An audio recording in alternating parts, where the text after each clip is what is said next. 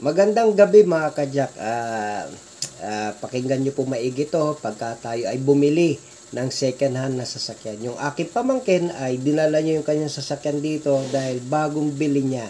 So ito ay Honda City at hindi naman na siya ganun kabago-bago pa. Medyo may katagalan na rin. So eto mga kajak, ano ba ang ating dapat i-check? O ano ba yung dapat natin gagawin? Kasi usually yung iba excited, pagkabili ng sasakyan, igagala ng malayo, pupunta ng malayo, no? Idadrive nila, so on and so forth. Pero mga kadyak, ganito. Pagkabili po natin ng sasakyan, hingi tayo ng advice sa mga mekaniko kung anong dapat gawin. Para sa akin, pagka second hand, yung binili natin sasakyan, ano-ano ba dapat ang i-check natin at ano ba ang mga dapat nating palitan agad. Unang-una, kung di natin alam ang history ng sasakyan, wala po tayong tinatawag na galing sa kasa na nagpagawa siya. Pwede kasi magsinungaling din ang seller. Na sabi niya na change oil na ganito na ganito para mainganyo ka na bilhin yung kanyang sasakyan. Anyway, so ano-ano? Unang-una mga kadyak, pagkabili mo ng sasakyan, para alam mo na ngayon, yung history ng sasakyan mo, magpalit ka na agad ng engine oil. Oil filter, kasama na yan. Pagka manual ang sasakyan natin.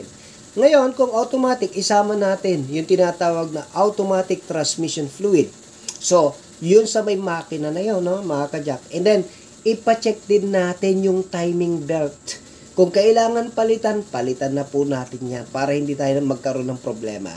Pero kung chain belt naman yan, medyo may katagalan, matibay talaga yan. Pero anyway, ipacheck na natin ang timing belt, kung timing belt ang ating sasakyan. Kung timing gear, hindi yan kailangan. Yung timing chain, hindi basta-basta kailangan yan, no? Hanggat walang umiingay doon sa loob. Okay, ano pa? Yung ating brake fluid, ay kailangan i-drain. No? I-drain natin, i-flushing natin, alisin ang lumang brake fluid, i-flush lahat yan. At nakita ko rin doon sa sasakyan ng pamangkin natin ay, ayun, nung binuksan yung brake drum, ayun, may kaunting tagas na doon sa brake cylinder. Kaya pinagsabay na po natin. Ngayon, alam niya na bago na yung kanyang brake cylinder sa likod at yung tinatawag na brake pad, makapal pa naman, kaya ibinalik ko lang. At ano ba mga kajak? So, na-flashing na natin ang mga brake fluid niya. Isama nyo na yung steering fluid. Kung ang inyong sasakyan ay steering ang gumagana, may fluid, i-flashing nyo yan, palitan ng bago. So, meron ako mga tutorial dyan kung paano tayo nagpa-flashing. Kung EPS naman yan, walang problema yan, electronic power steering, no? Walang problema yan. Pero kung ito po ay fluid type, i-flashing natin ang ating fluid. Okay? So, ano pa mga kajak? I-check natin yung radiator. So, wag kayong kampante, mas mainam, i-flashing nyo na rin yung radiator, palitan nyo na rin ng bagong coolant. Upang sa ganun, alam mo na bago na yung coolant mo, bago na engine oil mo, automatic transmission fluid mo, yung brake fluid mo.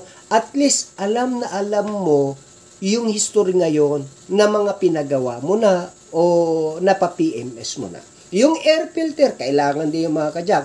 Tignan nyo kung kailangan ng palitan yung air filter na yan. Okay? So, ano pa? Mukhang thermostat. Mahalaga yung thermostat. Kung yan ay original pa, 1997, 2000 year model ang yung sasakyan, mas mainam magpalit ka na rin ng thermostat. Okay? So, okay na tayo sa may makina mga kajaka. Yun yung mga priority ha. Yun yung mga dapat na gawin. And then, punta na tayo sa pang-ilalim. Pag angat ng sasakyan, makikita mo dyan yung ball joint, tie rod, tapos yung tie rod in at saka out, makikita mo yan, yung kanyang steering. So nakita ko rin yung kanyang rack and pinion, may kaunting tagas na rin dun sa kanyang boot. So ibig sabihin may oil seal doon, yun ay kailangan na rin pong tinatawag na i-rebuild yung kanyang steering rack, o kaya palitan na lang ng bago kung ikaw ay may budget para alam mo na maayos lahat. So makikita mo yung tie rod, ball joint, tie rod out, tie rod in, ano pa, kung merong upper ball joint, i-check lahat yan. Tapos ano pa, yung mga suspension, yung ating shock, tignan din kung ugain nyo, may mga video ako niyan, makikita nyo kung sira na yung tinatawag na shock natin, shock absorber. And then ano pa mga kajak, yung ating shock mounting, no? Isama na rin natin diyan. Ay, nalimutan ko mga kajak pala, yung kanyang engine support. Kailangan i-check nyo rin yung mga kajak. And then, ano pa, yung mga bushing, yung may mga goma, suspension bushing, arm bushing, no? Kailangan palitan, palitan. Kung may crack na, nakita ko yung crack, palitan na. Para at least alam na alam mo na good ang sasakyan mo. Pagkatapos mo sa pang-ilalim, sama nyo na yung fuel filter kung di ko nabanggit. Fuel filter. Yung fuel pump. Kung kailangan palitan, palitan nyo para alam na alam nyo na yung history ng sasakyan nyo. Ngayon, punta ka na sa likod. Siyempre, yung shock sa likod, i-check nyo na rin. And then, ano pa? Yung tinatawag na brake drum. Buksan nyo ang likuran na preno. Tignan nyo yung brake cylinder, yung brake pad. Tignan nyo lahat yung mga kajak. So, anyway, yun ang aking mai-advise sa ating mga bibili ng second hand ng sasakyan. Nawa magustuhan nyo. May kaunti lang akong video doon sa aking pamangkin. So, nawa magustuhan nyo. God bless mga kajak. Hello, magandang hapon mga kajak. Pamangkin ko. Kaya mga pamangkin. Ito yung sasakyan nila. Honda Elexite. Ito, city. Natin lahat. Nabili niya kasi ito mga kajak. Kasi second hand niya nabili, dapat check natin lahat kung anong dapat i-check, no? Yung pinto, hindi rin nabukas, mamaya titignan ko para mabubuksan na mamaya yan. Tapos check natin lahat. Pagdating sa makina, ito lang may problema. Hindi advisable para sa akin, ano? Para sa akin, hindi ako naglalagay ng mga ganito kasi mabilis magdumi. So, kung meron siyang mabilis, sabi ko na original o ano, orderan niya. And then, check na rin natin mga pangilalim kung ano yung mga recommendation na gagawin ng ating pamangkin mga kajak. Medyo okay pa na, nabili niya ito. Yan. So, makikita mo, intact lahat naman yung makina. Walang dungis, walang ano. Maayos naman lahat. Ito lang. No. So, i-check pa natin yung mga dapat i-check. Okay na tayo sa engine. Nakita naman na natin. Pang ilalim, tingin pa tayo kung ano pwedeng gawin.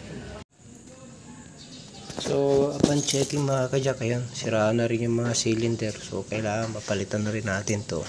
Tapos, kasi nakita natin, palitan na yung cylinder. Pero yung kanyang brake pad, okay pa. Tubig na ito sa ulang. Ay, tubig sa radiator. Napalitan ko lang yan. Oo. Hinahanapan mo yung ano, drain? Walang drain. Hindi sa hose. Kaya nga. Pwede na po yan dyan. Doors na lang dyan. Tulo yan.